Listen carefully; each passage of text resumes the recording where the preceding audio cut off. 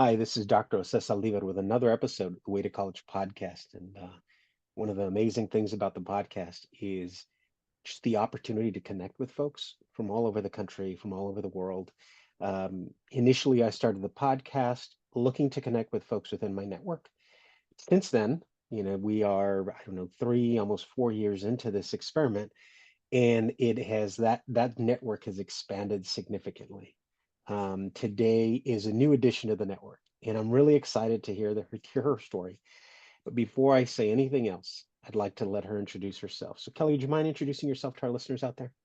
Absolutely. Bienvenidos a todos. My name is Kelly Francis. I am in the lovely, today sunny Chicago, Illinois. And I have the honor of leading an organization called the High Tech Foundation, which I'm sure we'll get into some more information about. But I hail from Chicago, and that is where I have landed in my adult life. Awesome, awesome. Well, Kelly, I'm excited to get into this, and I start every podcast. I was telling you earlier, I don't have really scripted questions, but I always ask the same first question. And the question is, if you had to go back and look back to your educational journey, all of our journeys have a starting point. What would you say is the starting point of your educational journey? Sure. Whew, I don't know. Okay. Well, I would say first and foremost, I come from two extremely hardworking parents that value education. And I think that's a really defining moment for me. When there wasn't really a choice on was I going to college, it was what college am I going to? It wasn't a choice on am I going to, continue learning things or explore or research or question the status quo. It's when am I doing XYZ? So I guess for me, it was when, I was making the decision for high schools. In Chicago, it's very interesting. You could choose the public school route, which is great. I went to an all girls Catholic high school, and there are two in kind of my area on the southwest side, Mother McCauley and Queen of Peace. I went to Queen of Peace. Some will say that I followed my sisters, but I will beg to differ and challenge them on that. I really just loved my high school environment, and I think it was where I really kind of became myself. Um, I found things that I was just passionate about, and people, for me, education is the one thing that you take with you, regardless. Like when you die, you will always have what you've learned and what you've shared with others. And so that's kind of where it all started. So in high school, and then I made the choice to go to the University of Illinois in Urbana-Champaign, and that was a scary, scary choice for me. I remember talking to my parents about, okay, well, I got in, now what? And I didn't want to just be a number at a large Yeah. university. And that's really easy to do, to just kind of fill in and fit in with everyone around you. And that's not me. I mean, as you could see right now, I'm bold and I'm colorful and love it or hate it, take it or leave it. It is what you get what you get when you talk to Kelly. And so um yeah, I just made it a point to not be just one of the numbers in college, and it's something that I've continually had to remind myself even in my career of stand out, be yourself, and just be authentically you. I love that. I love that. My question now though is high school Kelly. What was high school Kelly like? Well, like were you you said you sort of found yourself in high school. Mhm. And you said, you're bold, you love to stand out. I love the print, by the way. Um, you know, were you equally as bold in high school? And Man, what did that look like? I think we would have to ask, like, high school friends of mine or, peers what they thought of me. I mean, I'm sure they were sick of me. No, it's so funny, but, um, I think, yes, I have really kind of always been this way. I think in grammar school, when I had challenges kind of with, my personal identity and weight and things like that, when I got to high school and kind of was maturing and becoming more comfortable with myself, like, people couldn't get me to shut up. I was president of the Spanish National Honor Society, officer of National Honor Society. I think for me, giving back, and I had foreign exchange students from Colombia, and I think it was, probably my sophomore year in college, or sorry, in high school at Queen of Peace, when I realized, like, wow, I really like Spanish and I'm good at it. And I'm going to use this as a way to have a career. I don't know how. I had told my parents back then, well, I always threatened. I was never going to live in Chicago. I was never going to live close to them. I was going to be abroad. I was either going to be an ambassador for the United States, work for the State Department, or, work at a large corporation in Spain or Mexico. And see you later, you'll never see me. And the joke was on me because I was the one, I graduated school and I moved, bought my first house a mile down the road from my parents. But um, I think there are so many things in a period of time that happened. I studied abroad, I had that experience, I loved it. I missed home. Mhm. And I think there are lots of things that happen in our lives. And I think you need to kind of check in with yourself and say, what is this experience teaching me? Mhm. And my study abroad was that I have a fierce love for travel, meeting new Mm. people, cultural experiences. I had a host family that I lived with. It was amazing. Um, those things for me really just fill my cup. They bring me immense joy. Showing pictures to other people, talking about a story, even if, now, Kelly, if my husband has to correct me, "Oh, it didn't happen on that street or in that city," because he's the one that can actually remember, my mom brain, might forget some of those pieces, but I definitely remember the way I felt, Yeah. and I think that's something that, I always check in on. Okay, what did this experience teach me? Is it something, worth continuing? So my study abroad taught me that I didn't like being away from family. I was definitely a homebody, and you can be a homebody and still have a really rich life filled with travel and experiences. Um, it just might look different than what high school me was threatening my parents with. I love that. I love that. Keeping in that theme of being bold, right? And really, I think examining sort of that identity, personality. I for 20 years I worked at a local regional university in Texas, and the last 4 years as a program coordinator, uh, I used to come in and do a lot of presentations with or like orientation. So I'd get a room full of parents and students, and I'd challenge them and I'd ask them, "How are you going to stand out?" I said, "Because look, imagine all of you are graduating with the same degree, jump into the same job market. What are you going to do to stand out?" And so I love this message and this theme of being bold. My question to you: how did you stand out? Right? You said you didn't want to be a number. You Mhm. did the study abroad. What else? What else did you do? What else did you take on that allowed you to stand out and really embrace sort of that personality? Yeah, so I would say even, prior to college, I've been telling this story a lot lately as people have been asking about my career journey and how I ended up in nonprofits, which is by complete chance. But so I was having these talks with my parents of where I was going to school for university because, like I shared, it was not an option. It was you're going, um, which I love, by the way. I think to any parents that are listening, don't make it an option. Continuous learning is beneficial for all of us. And there are many routes. There are community colleges, local universities, large universities, private schools, trade schools. Just make your kid do something, don't give them the option to sit around. So we're having this conversation and, talking about careers. And my dad's like, pharmaceutical sales is where it's at. That is where you're going to make the money. You love talking. People like listening to you. Like, I'd buy drugs from you. And, like, I'm like cracking up, like, okay, like, and can you imagine? Can you use Spanish for that? And I'm like, Yeah, okay, interesting.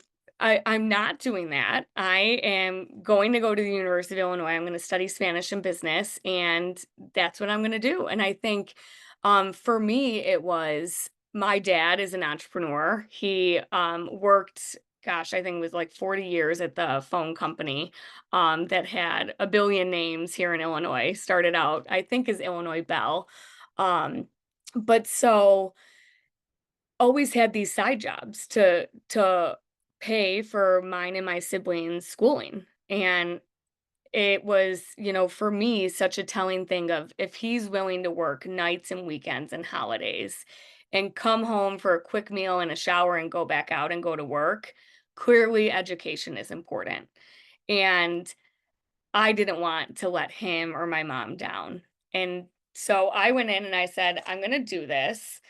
And it could lead to a really amazing career, or it could lead to a degree that ends up me doing nothing with my degree, which is fine because I will still have graduated from a prestigious university and I will figure it out.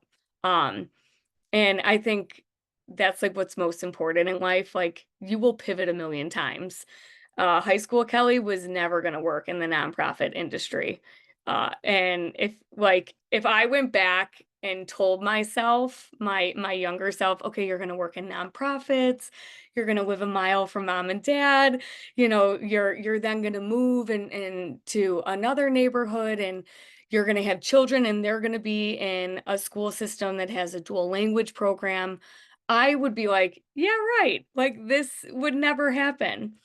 But so kind of the standing out and being bold in college was very much taking the advice from high school counselors that said, you're going to a really big school, and when you're in a seminar with 300 people, what are you going to do?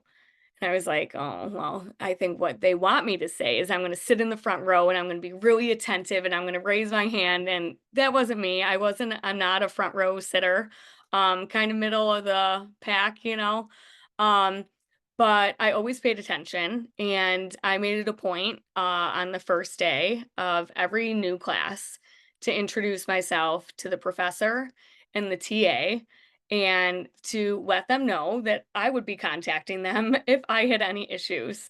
And I would say it was one thing that, some laughed at me, some I think were terrified, like, who is this student, and is she really going to follow through on this? And honestly, there were classes like that were very difficult for me that I would then go set up TA office hours or write my professor and be like, what's the curve for this test going to be? Because I know I flunked it and I need help.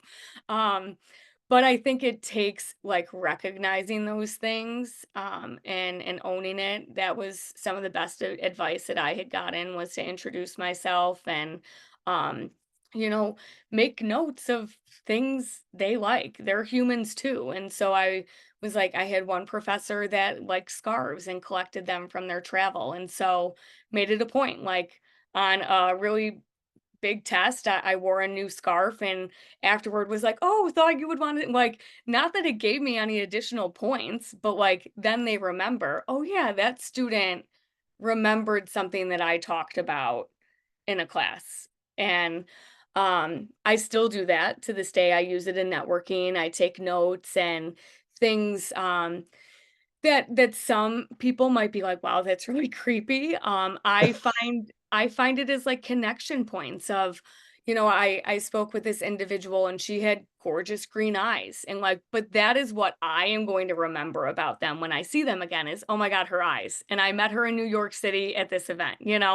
Um, and so I think making notes that are important and relevant to you. Like, what is gonna Yeah. stand out? Are you a date person? Do you remember dates? Do you remember cities and experience? For me, it's a lot to do with color. Like, I could even tell you, when I met a coworker 2 years ago at X event that she was wearing a beautiful pink dress and it suited her, like, it's just odd, but so I make notes and whether it be on LinkedIn or in my like contacts on my phone, and then I'll go back if I'm ever having mom brain or forgetting, oh, when, when did I meet them or how do I know them? I look it up and or I don't have fear in saying, I am so sorry. This rarely happens for me, but can you like remind me where we met or how I know you? Because um I meet so many people day in and day out that it's hard to remember everyone, but I like to be the person that does, if that makes sense. Yeah, no, absolutely. And I love, I always encourage students, go talk to your professors. Y- Listening to your story, I was sort of reminded of my own, and yeah, I went away to school. I was far away from home, and I think I did it not to stand out. I did it, it was more as like a uh sort of like a life jacket to myself, because I didn't want to fail, and I thought I just need this professor to know that I care and that I'm trying. Um, but I think, like you, I love to connect with people.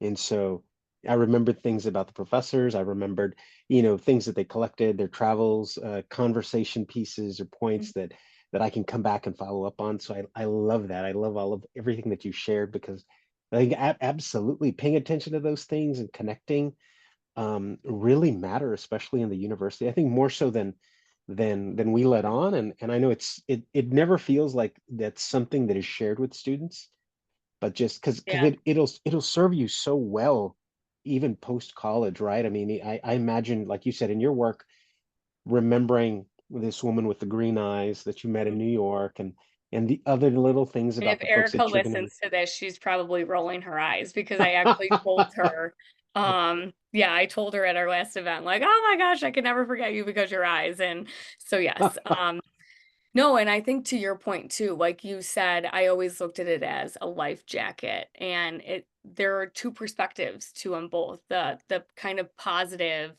oh, I stood out. I want to Yeah, stand out. And there's this not negative, but more realistic view of I was trying to survive. I yeah. was trying to like make it through, you know?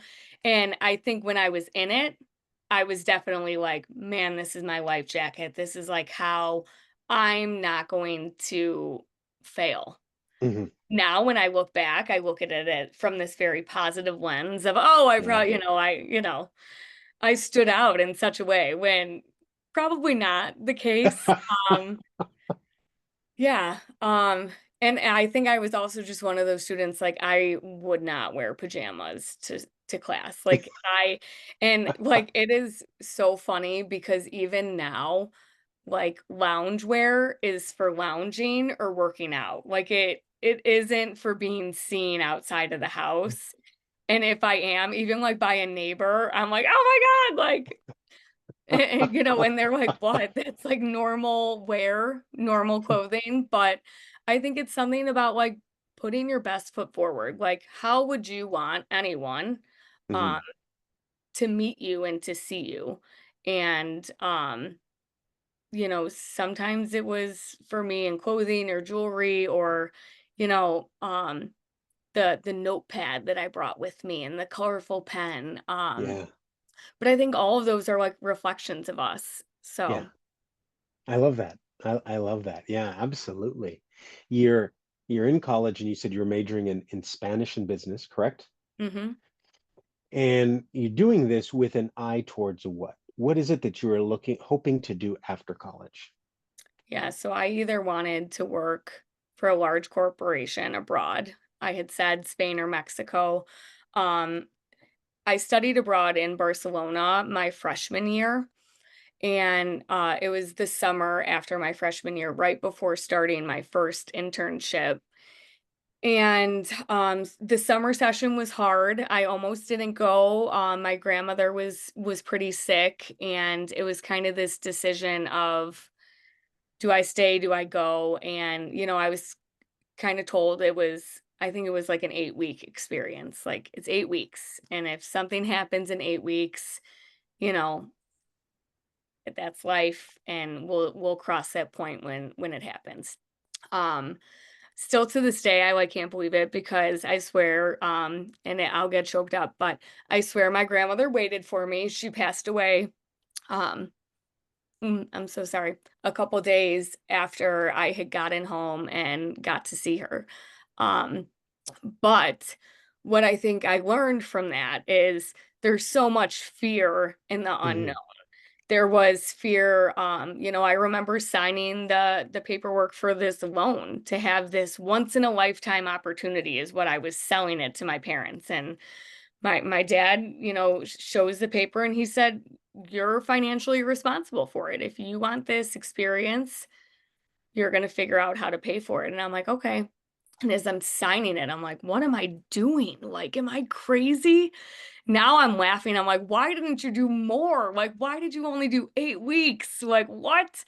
But, so that experience honestly taught me that there's so much fear in a lot of what we do, and you could either Yeah. let it be a reason to hold you back or push you out of your comfort zone. So I went, like I said, the experience was amazing. I loved Barcelona. I have visions now of retiring there.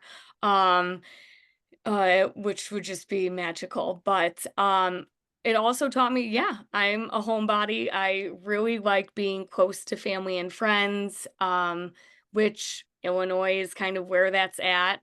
And then two, you know, then that kind of also opened up like a can of I could see myself working for the government or having like a role. I mentioned State Department or embassy. I just always kind of saw myself as like an ambassador, a Hmm. welcomer. I like to help people. Um, so I just like had dreams of, oh my gosh, like what if I worked for the consulate or what if I was the ambassador to the United States? Like how cool would that be? Um, I applied, I wanna say it was, like, 2 years out of college, and it just didn't happen, and that's okay. Um, but yeah, so I think, like, there's a series of things here where I guess I didn't know what I really wanted to be when I was studying Spanish and business. I knew I wanted to work in kind of a corporate world. Um, I liked working with people. I like networking. I love numbers. I think in combination of having a very artistic, like linguistic mind, I Hmm. also have a very STEM focused mind. And so Hmm. the science, technology, engineering, math, all of that like, I love it. I love processes. I love if I were asked to set up, like, an operation strategy for an organization, like, I would get the giggles because it would literally bring me so much joy to put a process in place and then to see people using it and checking off step by step what it is that I laid out. I am a very process-oriented person. So I had no clue what I wanted to do. I think I spent many hours, like researching Spanish and business. What can I do in a career? And, thank goodness at that point Google was around because could you imagine like if, my parents' generation trying to even explain to my grandparents what it is I was doing. Yeah. They're like, why? Why are Yeah. you doing that?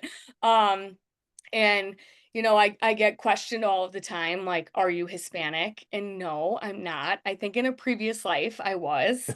Um, I am Irish American and still have tons of family in Ireland. And I think that is kind of where I get that wanderlust from of the just zest for travel. Being able to go and visit family in Ireland is amazing. And for them to come here and, share our experiences, having the foreign exchange students in high school from Colombia, like that taught my family so much that, I had no clue that that experience would even provide. And then just my own, study abroad. It was like there are so many rich cultures, and instead of focusing on our differences, I choose to focus on how similar we all are. Hmm. Hmm. Um, and so I always say, I'm everyone's like best non-Latina friend who pretends that she's Latina. Like family, food, friendships, faith. Um, are kind of cornerstones of the Irish, and I would say Hispanics as well. And so, instead of like finding things that separate us, I really choose to focus on ways that we're all so much more similar and united in this world. You as you're walking us through that, it sounded like, you said you weren't sure what you wanted to do, but it, and as you sort of reflected on those experiences, it sounded like you have a very good sense of your interests, your skills, your strengths. Would you say in the moment, is that correct? Like so college, Kelley, as you're getting ready to head out into the quote unquote real world, did you have a good sense of who you were, what your strengths were, what you enjoyed, what you were maybe looking for, maybe not so much the specific job, but you knew what you were looking for, so to speak.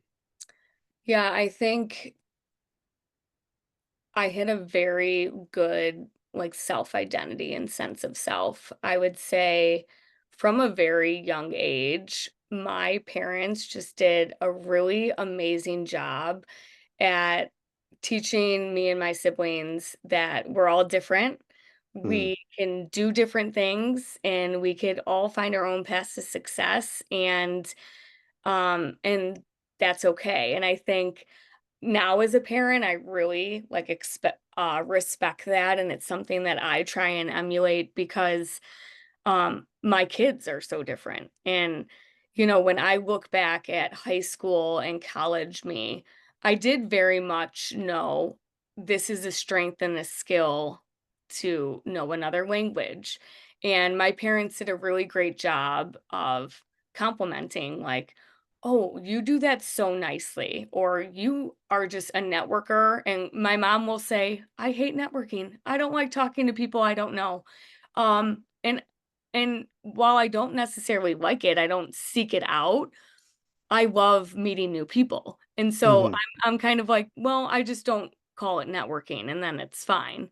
Um and so I think it is important um at a young age to like you kind of decide like I wasn't really a sports person. I'm athletic. I like working out. I like sports, hmm but I was in theater and I was in show choir and drama and uh ran all the language clubs and like a school geek, and I like owned those things. And I think it was very early on, I would say probably 15 or 16, that it was just like, this is who I am, take it or leave it.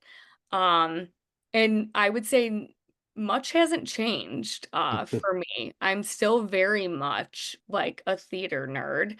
I will go to any play, show, musical, a concert, amazing. If it's free, even better. Like count me in. Um, and yet I still really like athletic things and, connecting with new people. So I would say not to go as like drastic as write down the skills and what you're good at, but take time to reflect. And hmm sometimes it's awkward. I remember one of my first kind of real formalized mentor like relationships, and I was tasked like with this homework series of making either like a PowerPoint or a presentation about me, but it couldn't have any words on it. It had to be all pictures. And then I would talk through the pictures.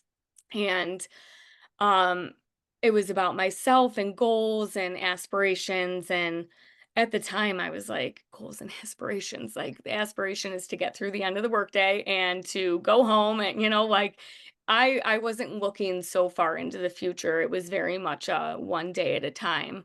Um, and I think they pose back like, think bigger, like, this is okay. And, I took it very seriously, as I do a lot of things in my life, almost to the point where I mean, I signed up for this, like, mentor experience and, like, I'm gonna give myself an ulcer with the stress that I'm causing myself. Oh my Um, gosh. but I think it was a really good opportunity for me not only to look like inside what kind of makes me tick and makes me happy, helping other people, um, knowing that I could be a resource in one way, shape, or form to one person throughout my day. I'm like, whew, that was a good day. And that's still like today, if I know, oh my gosh, Marie, my neighbor, called and she had needed help figuring out how to get her printer to work. And I walked her through it and she got her document printed. It was a good day.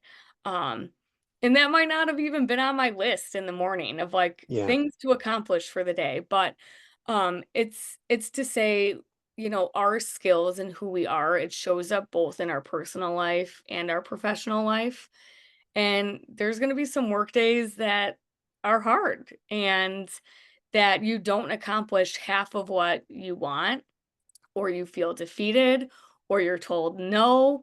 And those days are going to come, and they could even come in college. They could come, you'll get a big fat F on a sheet of paper, and there wasn't a curve on that test, and you really expected there to be.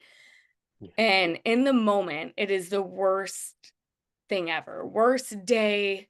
How could this happen? No one's looking at your college test score and what you got that day, let me tell you. When I'm interviewing people, I don't care. Like, there are times I don't even wanna ask for GPA because I'm like, it's kind of a joke. And it's not, but, like, I still think about the one class in college I got an a C in, and I still beat myself up over it, and I'm like, "What does it matter? I still graduated with a 3.92, like, who cares?" Hmm. And now, 15, 16 years into my career, no one will ever ask you, "Hey, what was your GPA when you graduated from school?" Nobody cares. Yeah. Um, and so, yeah, I would also just say, like, don't beat yourself up for the small things. It is so easy to get bogged down on all the stresses in life and to look at things from a negative lens. And I've, fallen victim to that. Come November in Chicago when it is dreary and dark and cold, like, oh, I feel so negative. And I just had to remind myself, oh, but today I could talk to a student that we've awarded a scholarship to, or I could have an impact on a Hispanic Heritage Month event for an organization who is just learning of the High Tech Foundation, and the Mm. work that we do. Or I could help a neighbor or my kid, learned how to tie his shoes. And like, just find the one thing at any point in your day, from the minute you wake up to the minute you go to bed. And, I'm one of those people, if you track your steps, you literally have until you lay your head down to accomplish it. So, like, even if that circle hasn't been checked or the ring hasn't dinged yet, like, it's okay. Like, I mean, there's still 30 seconds to make something happen. Yeah. Give your dog a treat and it'll be a good day. I love that. It sounds like all in all, like I think regardless of where you're at in life, regardless of what you're experiencing, a healthy dose of perspective is good in Mhm. keeping positive. And so, like you said, it could be the smallest thing that you were able to do for somebody, but even that, like really, really reflecting on that and again, just perspective. Yeah. You you know, ultimately after graduating, where did you find yourself in terms of a career and a job? So I was very fortunate to have an internship my freshman summer right after returning from Barcelona. And it was through a program at the University of Illinois called Spanish in Illinois, in the communities. And so I was placed at the Illinois Hispanic Chamber of Commerce, and it was a nonprofit organization in the city. I first commuted to Pilsen and then switched to the Chicago office in downtown and loved both equally. I think I really liked being in the community in Pilsen, but downtown was very much an easier commute for me. I was driving to Pilsen or taking the train and making train friends and stuff, going downtown. So I interned there all all the years of college, and I graduated and I was like, I am not going to work there. Even though I loved it. Yeah. Um, and I remember going to the career fair and, networking with all of these companies and feeling like it was stiff competition. There were tons of jobs, especially at the U of I career fair, that were like accounting, business, consulting. And I like couldn't figure out how I fit into that. And, I think I spent even more time reflecting, like, what was it that I loved about my internship? And it was kind of being like a civil servant, social impact work. Um, there was a guaranteed positive moment of every day when I was working at IHCC, because I was interacting with businesses and supporting them, whether it was they wanted to work with government agencies or corporations, um, to, yeah, just staying alive as a small business. And so I then was given an offer for a full-time position and I took it, saying to my parents that, like, still, I'm moving home, but it's not going to be for long. And I didn't want to be like that kid that like moved home and then couldn't make any money and stayed at home, like I was like, oh, I just had this fear. Um, and not that that's a bad thing. I saved a lot of money in the 7 months or so that I lived at home, and after a couple failed attempts of finding a roommate to move into the city with, my best friend who I grew up with that happened to live across the street, she was like, "I need to get out too, and I wanna move to the city." And so we did. We moved into, the city, and, I worked at the Illinois Hispanic Chamber of Commerce then, until 2019, and literally wore every hat imaginable. I was the intern, I was project coordinator, events and membership, vice president of programs and operations, chief operating officer, and interim president and CEO. And I think every position taught me something about myself, maybe something more that I wanted or something that excited me. Um, and I think for me, one of like the pivotal opportunities when I was there was starting a program at a local high school called Cristo Rey Jesuit High School, and it was to expose high school students to the world of entrepreneurship. How cool is Oh, that? Like, that so is cool. very cool. Yeah. And so that was kind of when I realized I really love education and there's something here. And I don't know if it's working at a high school, working at a university, but the interfacing with students just was my jam. So I left there and I worked, ran a Chicago nonprofit called Calculated Genius, which is still doing great things. If you haven't heard of them, Calculated Genius is focused on supporting underrepresented youth in technology and engineering, specifically students from Chicago and with a focus on women, STEMinists. And so I felt like really called to like empower these girls and um then one day got a call from my first boss, who runs High Tech Global, and was asked if I would consider running the High Tech Foundation. And, for me, it was all very full circle moment because, like, what a telling experience if you never know, like, Yeah. who in your life is going to play what part. Um, I knew when Omar had left IHCC, I was heartbroken. Like we were a dynamic duo, and I laugh because, like, you saw Omar, you generally saw me. You saw me, you saw Omar, and it was like he had a role that he was playing, and I had a very specific role that I was playing. But um, it was very like at local organized events.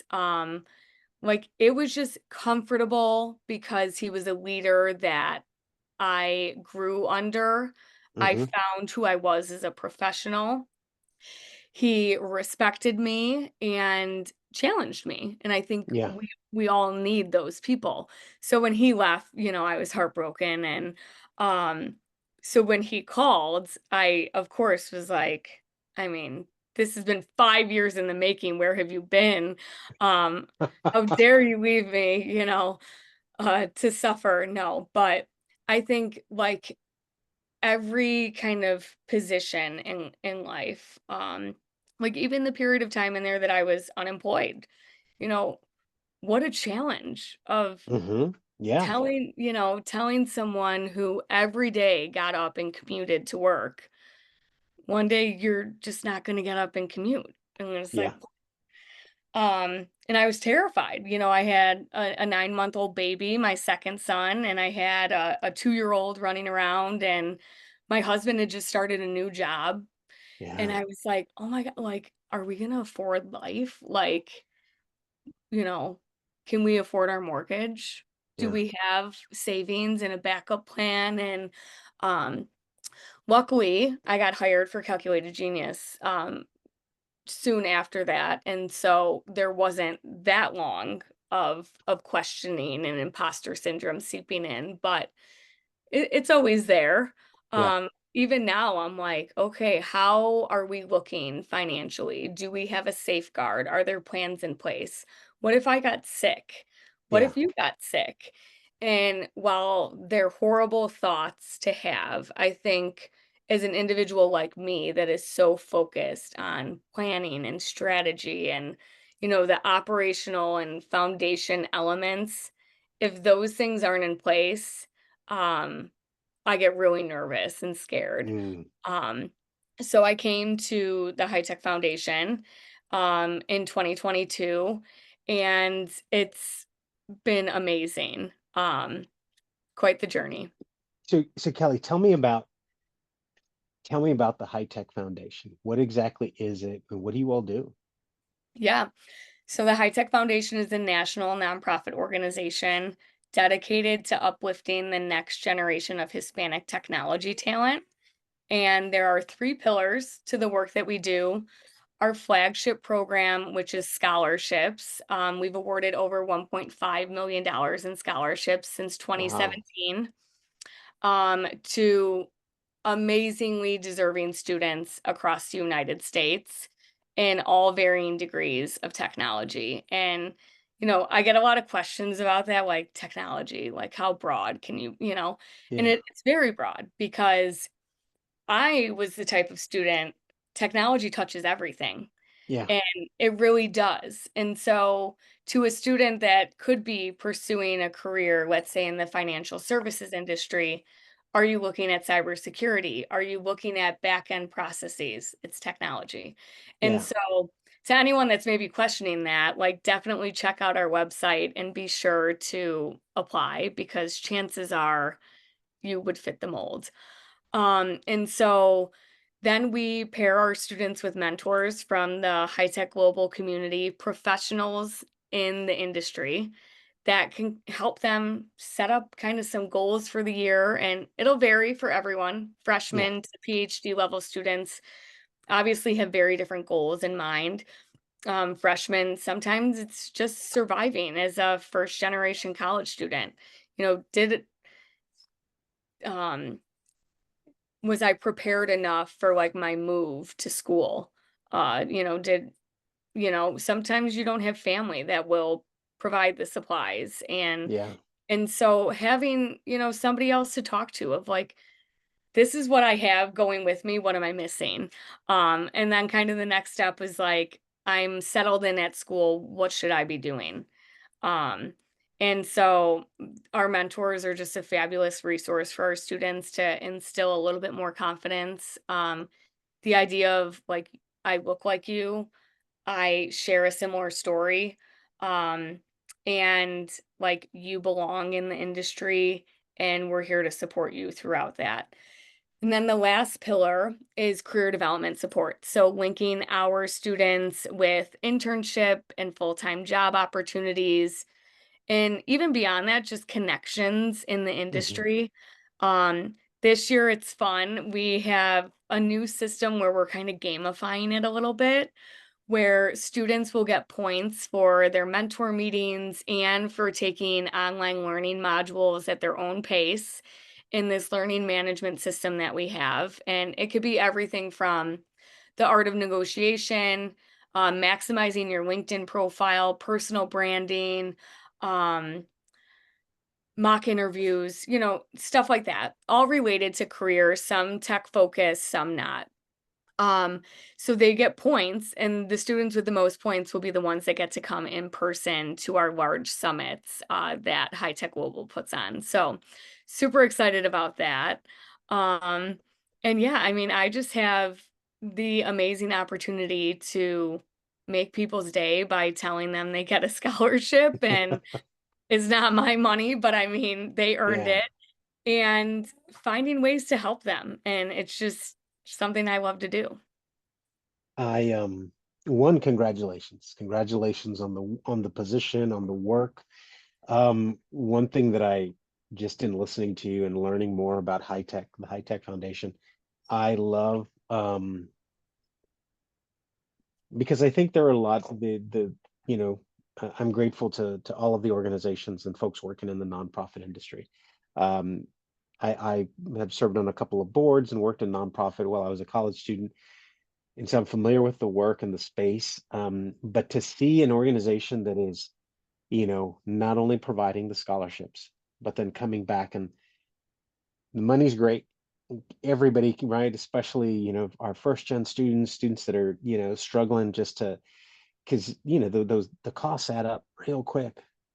And then but then to come in and say, hey, let's connect you to a mentor. Mhm. Let's get you that support, right? Because I know certainly it sounds like, I think both you and I can agree, we probably wouldn't be here without a lot of mentoring, with a lot of folks looking out for us, right? Yeah. And then that third piece, right? The development, the professional development piece, the career development piece. I know for me, I think I got some of that, but it was all always piecemeal, and it was kind of like, oh yeah, hey, don't forget to do this. There was never really anything formal that I tapped into. And I think today, like I always try to get my students to connect, whether it's with our career center on campus or just other resources. But it's just such a valuable piece about teaching us how to be in those spaces where maybe we don't see a lot of people like ourselves. It is just so critical. So I appreciate that you all are doing these three, right? And really bringing these three pieces together. So Yeah, something you congratulations. talked about there, like the idea of we wish that we had it. Yeah. Um, I say all of the time, what I provide is exactly what I needed to get through school. I had scholarships, multiple scholarships in order to pay for school, and still had loans when I graduated. And folks, I'm fine. I'm eating fine now. Like my Yeah. loans are paid and I survived. Um, I needed mentors and sponsors and individuals that when I wasn't in the room would talk positively about me, that Mm. they would, if an opportunity came up, and actually, I still remember this. I read books in Spanish at the library when I was at the university because my professor said Kelly might be interested in that. And I translated well-being cards, like Hallmark cards. I made them in Spanish for an organization that needed them for their community. And I want to say that there was like 230 of these cards. Um, and some with the sayings that I was like, well, I'm not a native speaker. Is this like a direct translate? Ooh, I don't know, And I would go to my friend Patricio, who was from Guadalajara, and be like, listen, does this sound right? And he would laugh and he would say, "No, you can't say that." Or he would say, "Holy cow, that's right." And so, like, too, leaning on people that, like, have strengths or skills that you don't have and, like, Hmm. not being afraid. Like, I had no fear being like, "Listen, dude, like, I'm not the expert here. I'm translating these cards because they needed help, and does this sound right?" Like, I don't want Yeah. them to get a sympathy card and they're mad because I said it wrong. Um, and then what else? The other thing that you said, like, even career development support. I went to my career center once, and, Yeah. like, I cannot believe that I only went once. I checked out resources online. I went to the career fair that they had in person. It was terrifying, and, I beat myself up afterward, like, "Oh my god, like, how could you awkwardly talk to people like that?" Yeah. Um, I think I printed, like, 30 resumes and I handed out 5. I just felt, like, so defeated after my career fair. Now things are so easy. Like, even the career fair that we host, it's virtual. And Yeah. so they could be dressed up on top and not on bottom, and I have no clue. Um, they could choose to have their camera off while it's not, like, recommended, you Yeah. can. Um, and just kind of the idea of, like, maybe you're a fidgeter, or maybe, you're super nervous, so you have a stress ball, but, like, you could have it in your other hand and they don't need to know. But not to discount that it's still difficult, but Yeah. there are so many resources available that I wish I had taken advantage of them then. And so I say to my students, I'm living the same story as you. Yeah. And the only advice that I would give is say yes to it all. If an individual wants to support you and mentor you or guide you, like, you will spend unnecessary time wondering, like, why would they wanna do this, when really it could just be they're a really good human, or Yeah. they had an experience that led them to wanna support you.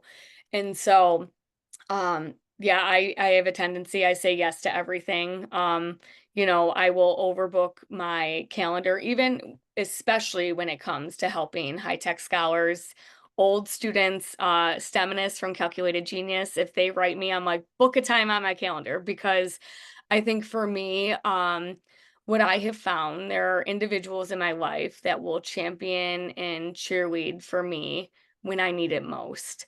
Yeah. And, like, how easy is that to be that to someone else? Like, if they post they got a promotion or a job change on LinkedIn, it takes 2 seconds out of my day to say, "Congratulations, so happy for you," or, "Wow, they're lucky."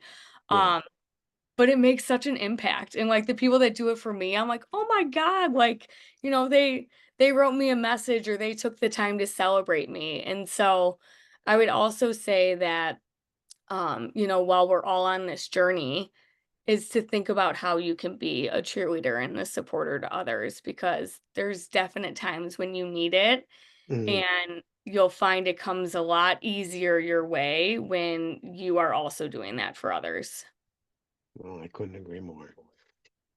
Kelly, I want to be mindful of your time because I know you're busy. I know you've probably got a meeting after this. So as we head out, as we transition out, what final piece of advice would you like to leave our listeners with?